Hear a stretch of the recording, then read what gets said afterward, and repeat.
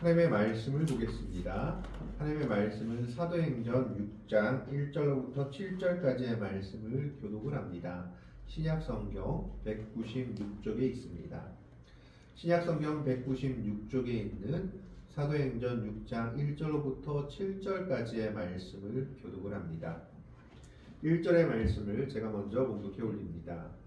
그때에 제자가 더 많아졌는데 헬라파 유대인들이 자기의 가부들이 매일의 구제에 빠짐으로 히브리파 사람을 원망하니 12사람과 모든 제자를 불러 이르되 우리가 하나님의 말씀을 제쳐놓고 적대를 일삼는 것이 마땅하지 아니하니 형제들아 너희 가운데서 성령과 지혜가 충만하여 칭찬받는 사람 7을 택하라.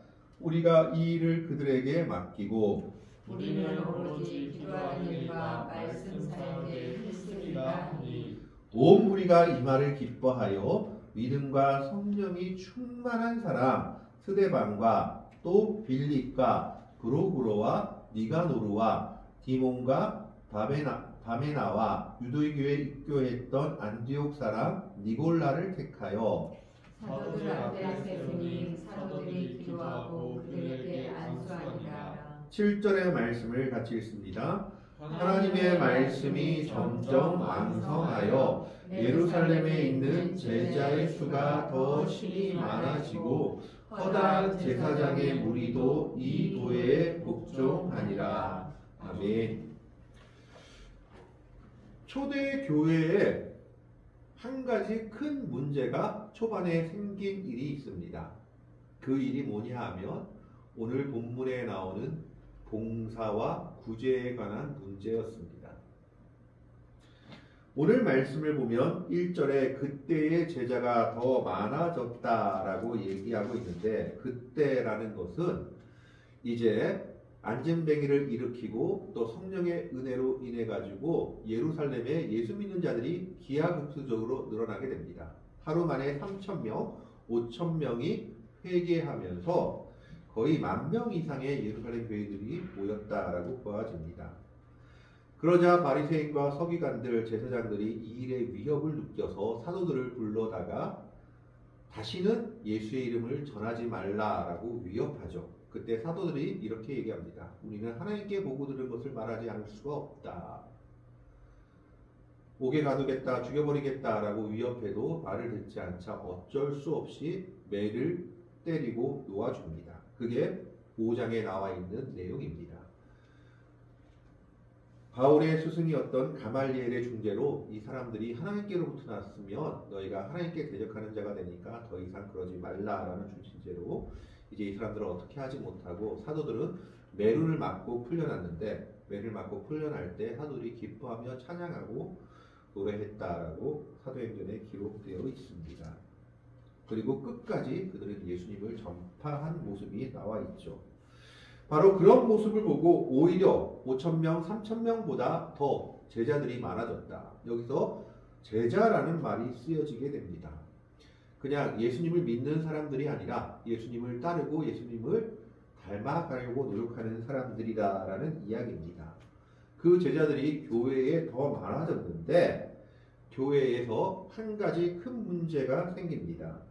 그게 바로 1절에 나오는 헬라파 유대인들이 자기의 과부들이 매일의 구제에 빠짐으로 히브리파 사람을 원망하니 아니 여기서 유대인이면 유대인이지 헬라파 유대인은 뭐고 히브리파 유대인은 무엇인가 하는 생각이 생길 겁니다. 그러니까 헬라파 유대인이라는 것은 디아스포라 유대인들입니다. 디아스포라 유대인들이라는 것은 흩어진 유대인들이다라는 뜻으로 아수르의 침략, 바벨론의 침략으로 인해서 포로 생활을 하면서 또 로마의 압제나 여러 시리아나 아랍의 압제로 인해서 자기 땅에서 살지 못하고 여러 나라로 흩어진 유대인들을 디아스포라 유대인들이다라고 얘기합니다. 그래서 그들은 헬라 세계, 지금으로 말하면 로마와 그리스 세계에 적응해서 살았기 때문에 유대인이지만 헬라식 이름을 가지고 헬라의 문화와 사상에 전통했으며 좀 더 지금으로 말하면 뭐라 그럴까요? 개방적인 사람들이었습니다. 우리가 디모데 전서와 후서를 봐도 디모데가 바울의 제자였고 유대인으로 인정받았는데 아버지는 헬라 사람이고 어머니 그리고 할머니가 유대인이었다라고 기록되어 있는 것을 보게 됩니다. 이게 왜 그러냐 하면 유대인들은 어머니가 유대인이면 그 자녀를 유대인으로 인정합니다. 그런데 그 반대의 경우 아버지가 아무리 유대인이라도 어머니가 유대인이 아니면 그 자녀는 유대인으로 인정하지 않는다라고 합니다.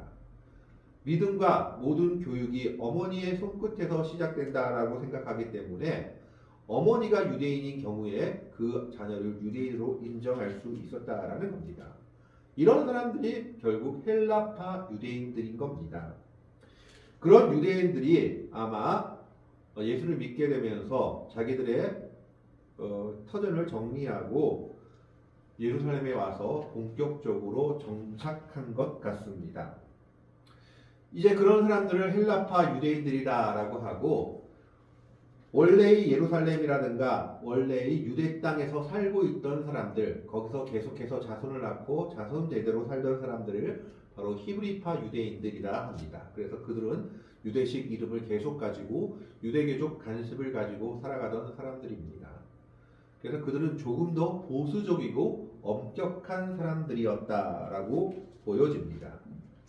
그런데 문제는 유대교의 관습 중에 하나가 뭐였냐 하면 쟁반 헌금이라는 것이 있는데 목요일마다 사람들이 모이는 곳에 가서 랍비라든가 서기관 바리새인들이 쟁반에다가 돈을 모았다고 합니다. 그걸 왜 모았냐면 그것을 가지고 가난한 자들을 구제했던 겁니다.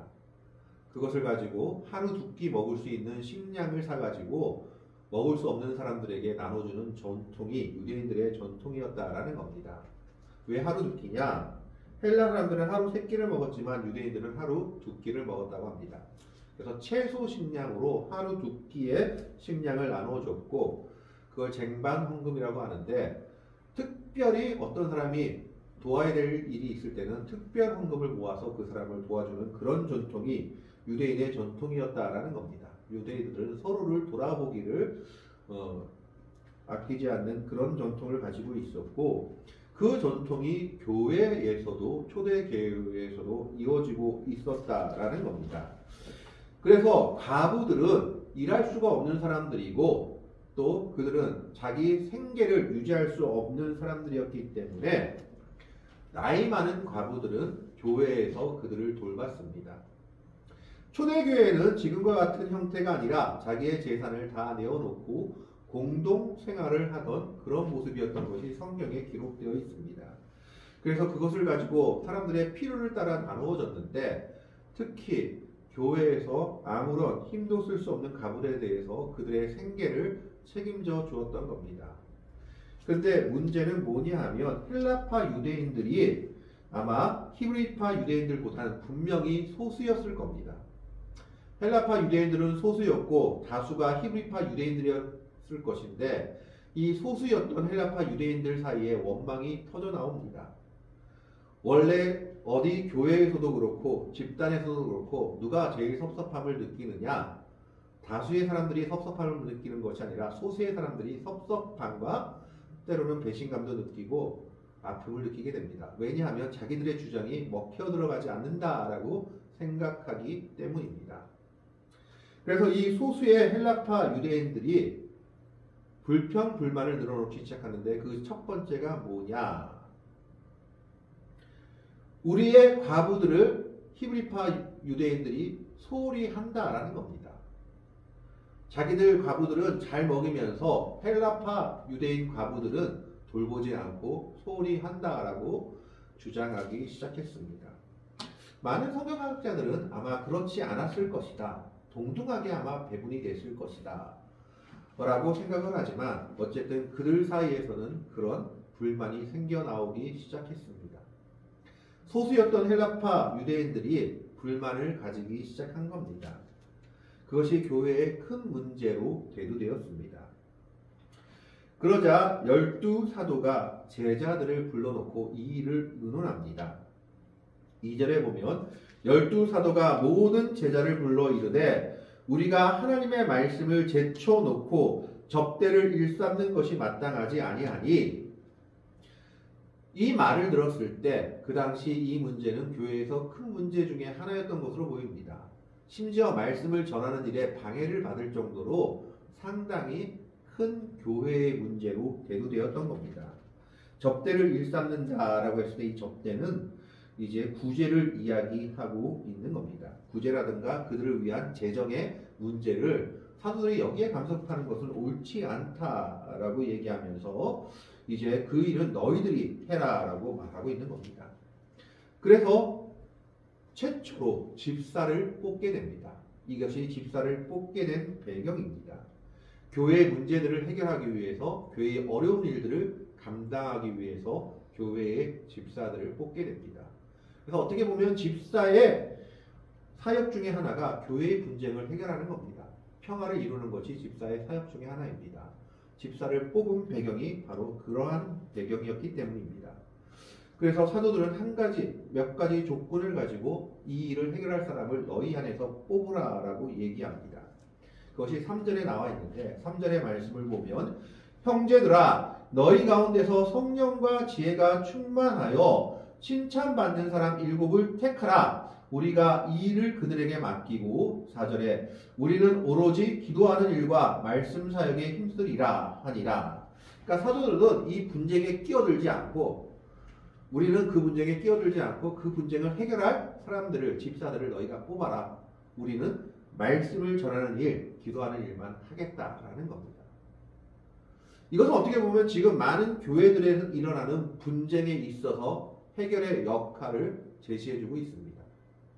목회자라든가 교회를 이끌어가고 말씀으로 가르쳐야 할 사람들이 교회 분쟁에 직접적으로 해결해서는 들어서서는 안 된다는 겁니다. 그것은 성도들의 손에 맡겨야 한다라는 것을 보여주고 있습니다. 그러면 사도들이 해야 할 일은 무엇이냐?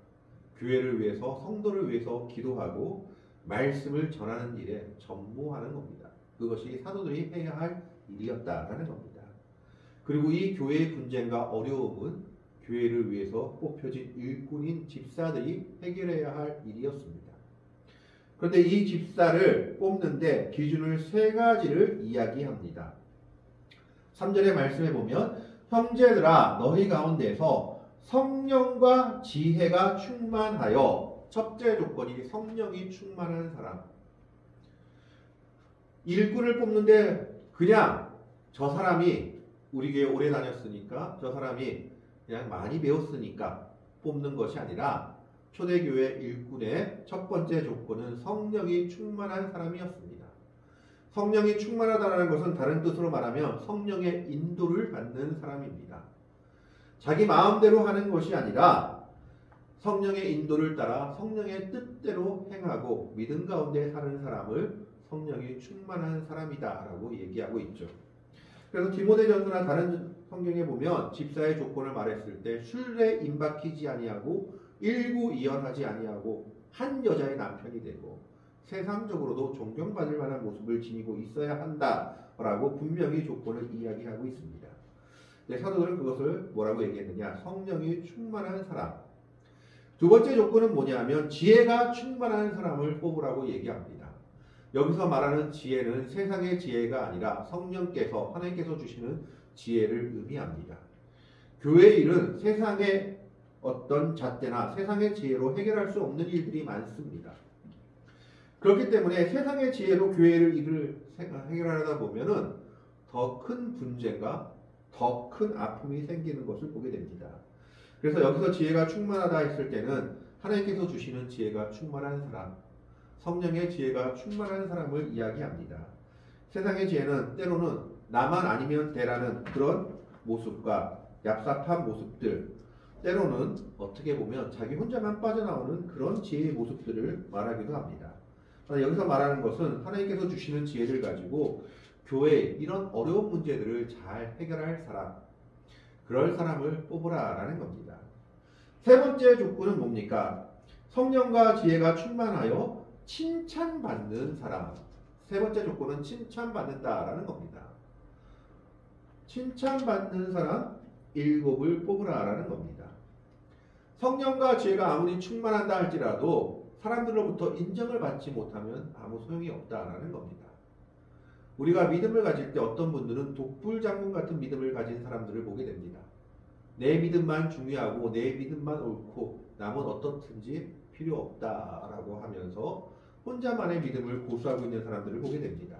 근데 그런 사람들은 교회 일꾼으로 적합하지 않다라는 겁니다.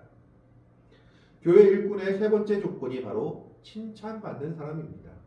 여기서 칭찬받는다는 것은 사람들에게 아부해서 그 사람들한테 호감을 얻어낸다라는 것이 아니라 정말 이 사람이 성령과 지혜가 충만한 사람이라고 모든 사람이 인정하고 그 사람을 인정하며 그 사람의 말을 따를 만한 사람을 이야기하고 있는 겁니다. 교회의 모든 사람들이 인정하고 따를 만한 사람들, 이 세 가지 조건을 지닌 자를 7만 뽑아라 라고 얘기하고 있습니다. 여기서 더 웃긴 것은 왜 7일까 하는 점입니다.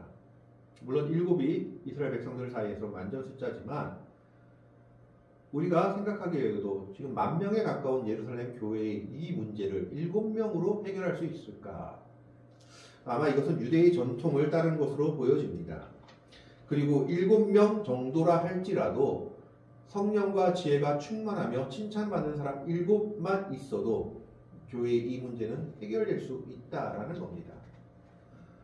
많은 사람들이 필요한 것이 아니라 성령과 지혜가 충만하며 칭찬받는 7사람이 교회에 필요하다라는 겁니다. 그런 사람들이 교회의 모든 일들을 감당할 수 있다라는 것을 말하고 있습니다. 그러면서 사도들은 뭐라고 얘기합니까? 우리가 이 일을 그들에게 맡기고 사도는 이 일을 간섭하지 않겠다. 그리고 그들이 해결하기를 바란다라고 말하고 있는 겁니다. 사도들은 그 교회의 정권을 사도들이 집사들에게 위임하기로 결정한 겁니다. 그리고 자기들이 할 일은 4절 말씀에 우리는 오로지 기도하는 일과 말씀 사역에 힘쓰리라 하니 그러자 5절에 이렇게 얘기합니다. 온 무리가 이 말을 기뻐하여 헬라파 유대인이든 히브리파 유대인이든 사도들의 이 결정을 반기고 나섰다라는 겁니다. 그러면서 사도들이 이 결정을 반기고 나서면서 그들은 투표를 했을 것으로 보여지는데 7 집사를 뽑기 시작합니다. 그래서 그 7 집사의 앞에 붙는 것이 무엇이냐? 5절에 보면 온 무리가 이 말을 기뻐하여 믿음과 성령이 충만한 사람. 세 번째는 모든 사람에게 칭찬되는 사람이었겠죠. 믿음과 성령이 충만한 사람 7을 뽑습니다. 우리가 잘 아는 집사의 이름이 여기 나오죠. 한번 같이 읽어볼까요? 4절 말씀 한번 틀어주세요. 하원아 4절 말씀을 한번 틀어주세요. 4절 말씀. 자, 4절 말씀에 우리가 잘 아는 7 집사 이름이 나옵니다. 함께 읽어보겠습니다. 7 집사 이름을 한번 읽어봅니다. 첫째가 스데반, 두 번째가 빌립, 세 번째가 브로고로, 네 번째가 니가노르, 다섯 번째가 디몬, 여섯 번째가 바메나, 7번째가 니골라. 자, 이게 7 집사의 이름인데 이 이름들의 특징이 뭐냐? 히브리시 이름이 아니다라는 겁니다. 7 집사가 다 어떤 이름이냐? 헬라식 이름을 가지고 있습니다. 자, 문제가 생겼습니다. 소수파인 헬라파 사람들이 원망했습니다. 왜 우리 가부들은 구제에 빠지느냐? 우리 가부들을 잘 먹여주라.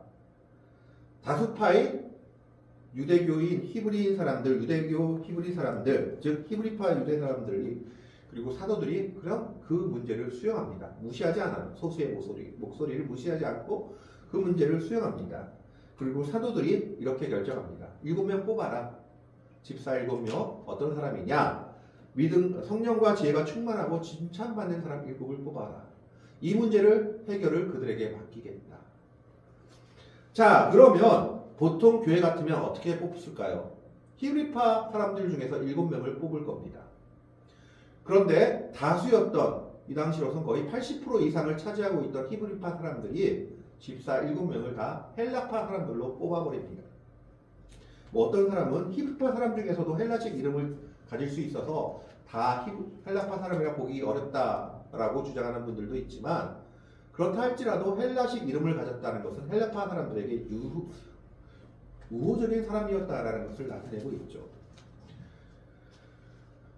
7명 모두를 헬라파 유대인들한테 우호적인 사람들로 뽑아서 그 문제를 해결해 버립니다. 다수의 권력을 가진 자가 자기들의 것을 내려놓은 겁니다. 그래, 너희들이 원망하니까 그러면 너희들한테 정권을 줄 테니까 너희들이 한번 해봐라. 이것이 초대 교회의 문제를 해결하는 모습이었던 겁니다. 내 것을 주장하는 것이 아니라 내 것을 내려놓고 오히려 약한 자들을 섬기며 그들의 말씀을 들어주고 그들의 말을 들어주며 그들의 일을 해결하라고 7명 모두를 헬라파 유대인들로 집사를 뽑아버립니다. 이것이 초대교회의 양보하는 모습이었고 예수를 닮아가는 모습이었습니다. 그리고 이 모습은 오늘날 교회에도 적용이 되어야 됩니다. 힘 있는 자가 오히려 권세를 진 자가 자기의 것을 내려놓고 약한 자들의 목소리를 그리고 아파하는 자들의 목소리를 들어주고 그들에게 손을 내밀어야 합니다. 그것이 교회 문제의 해결 방법이다라는 겁니다. 오늘 집사를 선출한 배경에서 그 모습을 잘 보여주고 있습니다. 그리고 더 우리가 여기서 놀라운 점은 이 7집사를 택해서 헬라파 유대인들을 다 7집사를 택했는데 히브리파 사람들이 반대했다는 말이 전혀 나오지 않습니다. 그들은 그것을 받아들였던 겁니다. 헬라파 유대인들이 7명이 집사로 뽑히자 사도들은 그들을 어떻게 합니까? 6절의 말씀에 보면 사도들 앞에 세우니 사도들이 기도하고 그들에게 안수하니라. 그들에게 그 일에 정권을 맡기고 사도들은 그 일에서 빠져버립니다. 그리고 이 문제는 다시 성경에 등장하지 않습니다. 해결이 되었다라는 뜻입니다. 해결이 되었고 이 문제는 이제 헬라파 유대인들의 원망에서 오히려 헬라파 유대인들이 히브리파 유대인들과 연합하는 계기가 되었을 겁니다. 히브리파 유대인들이 자기의 것을 내려놓고 오히려 그들을 위해서 그들에게 자기의 것을 내려놓았을 때 교회는 화합을 이루게 되어졌던 겁니다. 그리고 우리가 잘 알듯이 이 7집사는 위대한 일들을 감당합니다. 스데반은 첫 순교자로 성경에 기록되어 있습니다. 근데 이 스데반뿐만 아니라 빌립이란 이 사람은 성경에 보면 사마리아와 가이사랴까지 가서 전도했고 에티오피아 여왕 간다게의 국고를 맡은 큰 권세를 가진 내시에게 세례를 주고 그래서 말미암아 아프리카에게 복음 전도의 길을 열어준 그 집사, 사마리아 성에 처음으로 복음을 전한 그 집사입니다. 세 번째 브로고로라는 사람은 사도 요한을 도와서 요한복음을 대필했다고 합니다. 네 번째인 니가로르는 주님의 초기 사역에서 부름을 받아 70인 제자 중에 한 사람으로서 봉사한 자라는 겁니다. 다섯 번째 디몬이라는 사람은 후일에 보스트라 지역의 감독이 되었고 그 후 복음을 위하여 열심히 일하다가 화형을 당해서 순교의 제물이 되었다라는 겁니다. 또 여섯 번째 마메나라는 사람은 트라이아누스 황제 때 빌립보 지역에서 복음을 전하다 순교를 했다라고 기록되어 있습니다. 그리고 일곱 번째 니골라라는 사람은 유대교에서 입교한 안디옥 사람인데 이 사람을 계시록에 나오는 니골라당의 원조로 보는 사람도 있지만 이 사람이 그 니골라당 이란의 원조가 아니라 이 사람의 사상을 잘못 해석한 이란들이 이 사람의 이름을 도용했다라고 보는 사람들이 더 많습니다. 그리고 이 니골라도 역시 복음을 위해서 열심히 일했다가 자기의 사명을 다했다라고 알려져 있습니다. 7집사 모두가 자기의 사명을 감당하고 자기의 일들을 감당하고 하나님께서 주신 일들을 잘 마쳤던 사람들이었던 겁니다. 자, 이렇게 교회의 문제가 해결되니까 어떤 일이 일어나느냐? 7절 말씀을 한번 같이 읽어보겠습니다. 하나 7절 말씀 한번 틀어주세요. 7절 말씀을 같이 읽습니다. 하나님의 말씀이 점점 왕성하여 예루살렘에 있는 제자의 수가 더 심히 많아지고 허다한 제사장의 무리도 이 도에 복종하니라. 교회 초기의 위기의 문제들을 서로가 양보하고 화해함으로 말미암아 해결하고 나니까 어떤 일들이 있느냐? 하나님의 말씀이 점점 더 힘을 얻어가는 겁니다. 말씀처럼 사는 모습을 보여줬기 때문에 세상 사람들이 인정하는 겁니다. 자기의 가진 것을 내려놓고 오히려 헬라파 유대인들을 높여주는 모습을 통해서 이스라엘 백성들이 점점 더 하나님의 말씀에 복종합니다. 심지어 어떤 역사까지 있느냐? 허다한 제사장의 무리도 이도에 복종합니다. 제사장이라면 그동안 예수님을 죽이지 못해서 안달이었던 사람들이고 기독교인들은 원수로 여기는 사람들이었습니다. 그런데 그들마저 예수님을 믿는 이 믿음의 대열에 동참하게 된 겁니다. 바로 그들이 예수를 닮은 모습을 보임으로 말미암아 자기의 것을 내려놓는 모습을 보임으로 말미암아 이러한 역사가 초대교회에 일어나게 된 겁니다. 오늘 우리는 이 초대교회의 모습을 본받아야 할 줄로 압니다. 자기의 것을 내려놓는 모습, 그리스도의 모습을 닮아 아무 조건 없이 자기의 것을 내려놓으며 오히려 약한 자들을 위로하며 그들을 높이는 모습, 이것이 일곱 집사의 선출의 모습에서 보여지고 있습니다. 모든 문제의 해결은 내 것을 내려놓으며 양보하며 약한 자들의 목소리에 귀를 기울이는 겁니다. 나만이 옳다가 아니라 저들이 왜 저렇게 아파하는지, 저들이 왜 저렇게 힘들어하는지 그 작은 목소리에도 귀를 기울여야 한다라는 겁니다. 초대교회는 이러한 모습으로 처음에 생겼던 교회의 분쟁을 아름답게 해결했습니다. 그리고 그 모습으로 말미암아 교회가 더욱 부흥하며 심지어 허다한 제사장의 무리까지 이도에 복종하는 모습을 보이고 있다라고 사도행전은 우리에게 말씀하고 있습니다. 오늘 우리는 초대교회 일곱 집사를 뽑은 이 초대교회 성도들의 모습을 닮아갈 수 있기를 바랍니다. 예수님을 닮아가는 이 모습이 오늘 우리들에게도 있기를 바랍니다. 약한 자들의 목소리, 아파하는 자들의 목소리에 귀를 기울이고 내 것을 내어놓으며 함께 할 수 있는 마음이, 그리고 그런 모습이 오늘 나의 모습에, 오늘 여러분들의 모습에, 예수님을 닮은 성도들의 모습에 넘쳐나기를 주님 안에서 소망합니다. 우리가 그러한 모습으로 나아갈 때, 그렇게 예수님을 닮은 모습으로 나아갈 때 하나님의 교회는 점점 왕성하여지고 놀라운 역사들이 이루어질 겁니다. 그런 믿음의 길을 걸어갈 수 있는 복되고 아름다운 성도들이 되시기를, 이런 초대교회의 아름다운 역사를 이어가는 귀한 우리 한강로 교회가 될 수 있기를 주님의 이름으로 간절히 축원합니다. 기도하겠습니다. 하나님, 오늘 우리는 초대교회의 역사를